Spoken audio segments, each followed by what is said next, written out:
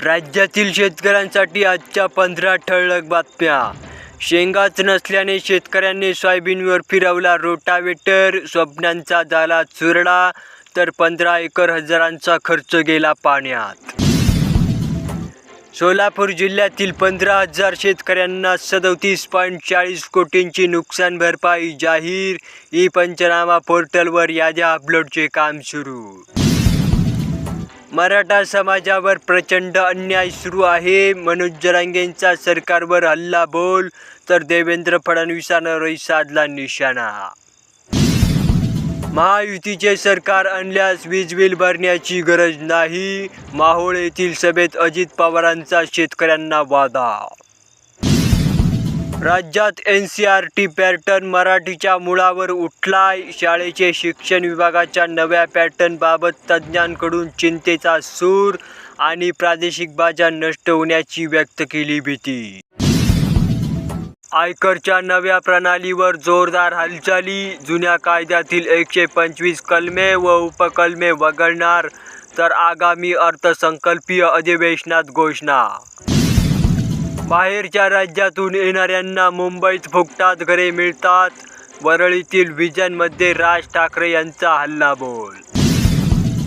Maratha OBC आंदोलक वाडीग्रोदीत आमने सामने. आरक्षणाचे रण फुंकले, तर अंतरवाली सराटीत दिवसभर तणावाचे वातावरण.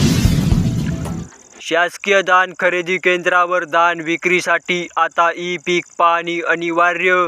1 लाख शेतकरी वंचित राहण्याची शक्यता, तर 1,65,000 शेतकऱ्यांनी केली नोंदणी पूर्ण. उघडीप मिळताच शेतकऱ्यांची सोयाबीन काढणीची लगबग झाली सुरू. मजुरांपेक्षा कमी खर्च येत असल्याने शेतकऱ्यांची हार्वेस्टिंगला पसंती.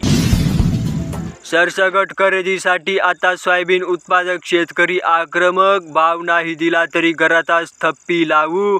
वेळ प्रसंगी आंदोलनाची तयारीही ठेवणार, शेतकऱ्यांचा सरकारला कडक इशारा. प्रोत्साहन अनुदान आधार प्रमाणीकरणात 30 सप्टेंबरची मुदत. महात्मा फुले कर्जमुक्ती योजना. वाशिम जिल्ह्यातील शेतकऱ्यांना दिलासा. बाजारात सोयाबीनला भाव नाही. नवीन सोयाबीनची आवक मात्र वाढली. साठवलेले सोयाबीन विक्रीसाठी शेतकऱ्यांची लगबग सुरू. OTP अभावी लाडक्या बहिणींना सिलेंडर मिळेना. ॲपवरून बुकिंग आवश्यक. सर्वसामान्यांकडे स्मार्ट मोबाईलच नसल्याने अडचण वाढली. 9 लाख शेतकऱ्यांना मिळणार हेक्टरी 5,000 रुपये. सोयाबीन कापूस उत्पादक शेतकऱ्यांचा डाटा भरणे आता अंतिम टप्प्यात. थेट खात्यात रक्कम जमा होणार. शेतकऱ्यांना मदत मिळण्यासाठी प्रधानमंत्री किसानचा 18वा हप्ता वितरित होणार.